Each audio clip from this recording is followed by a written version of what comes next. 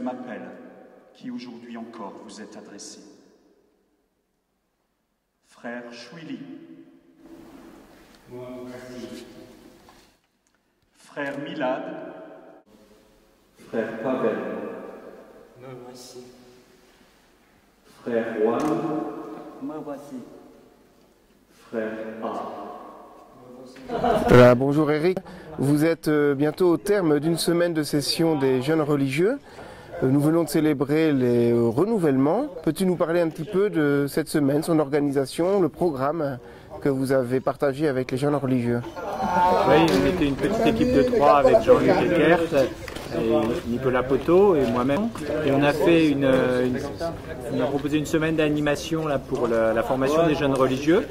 C'était un grand plaisir d'être avec ces jeunes qui ont plein de réactivité, un grand désir finalement de partager. On a fait un peu du nouveau d'une certaine manière en proposant une réflexion sur les études. Alors, on a fait de l'habituel mais bien utile qui est de regarder les activités d'été, comment les organiser, comment faire mieux à Lourdes et ailleurs. Et puis on est parti sur les études parce que finalement c'est le cœur de leur vie. Donc ça a été aussi un bon moment de réflexion. Ton impression sur ce groupe très divers? Voilà, il y a effectivement un groupe assez divers de pays. Je les connais finalement de mieux en mieux maintenant. Il y avait la présence de plusieurs Asiatiques, puisque le plus grand nombre ce sont des frères vietnamiens, ou aussi deux Coréens, et puis des frères africains désormais, qui sont 3, un frère d'Espagne qui est venu pour participer à la session, et c'est sûrement une bonne occasion pour lui de rencontrer d'autres, et puis européens, des Romains, des Français. C'est la joie ce soir, après avoir partagé tous ces bons moments de célébration, présidé pour la première fois par le père Laurent Baudard, qui est le vicaire provincial maintenant, qui est venu avec nous pour toute la session. Grande joie. Et donc on continue pour ce soir un petit temps de fête et de célébration. Et puis un retour sur la journée de demain, sur la spiritualité de l'Assomption. Quelques mots sur l'organisation en petite communauté. C'est vrai, pour un groupe entre 25 et 30, on s'est mis en 3 communautés, 3 groupes communautaires de 8 à 10, et nous-mêmes les formateurs, on passe d'un groupe à l'autre, et on dispose de tous les nouveaux lieux. On est en face de la nouvelle communauté qu'on a inaugurée. Donc cette organisation-là, elle a permis de se connaître davantage pour eux et d'avoir quelque chose de moins collectif. Alors c'est une première pour moi.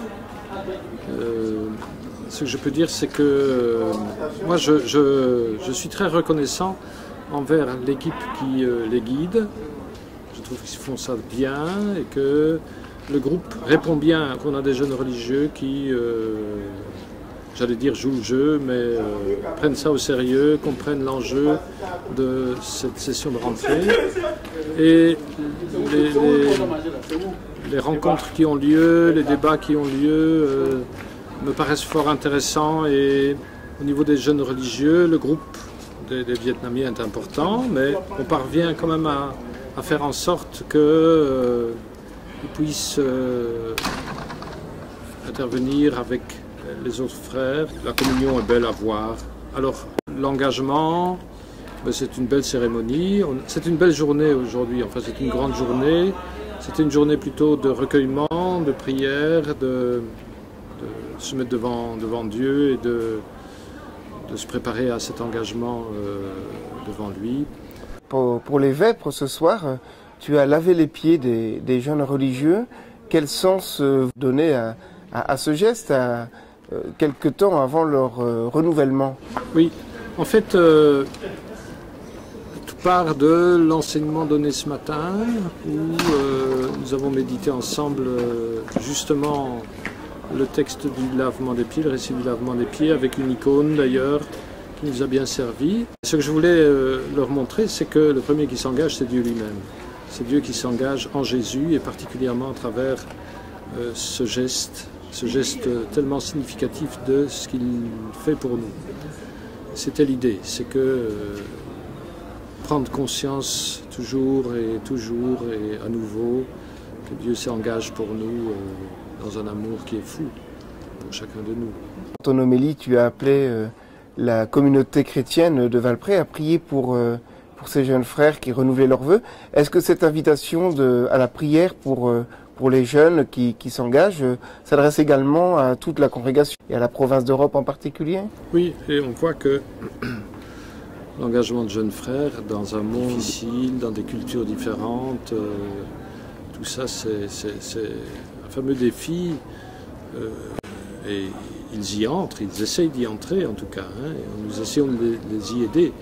C'est toute la prière de la congrégation, certainement, c'est une prière unanime avec tout le peuple de Dieu, de porter ces jeunes qui osent s'engager à la suite de Jésus dans une vie donnée pour des frères, pour le monde. Mon âme exalte le Seigneur, magnifica, exulte mon esprit en Dieu, mon Sauveur, magnifica, il s'est penché sur son humble servant.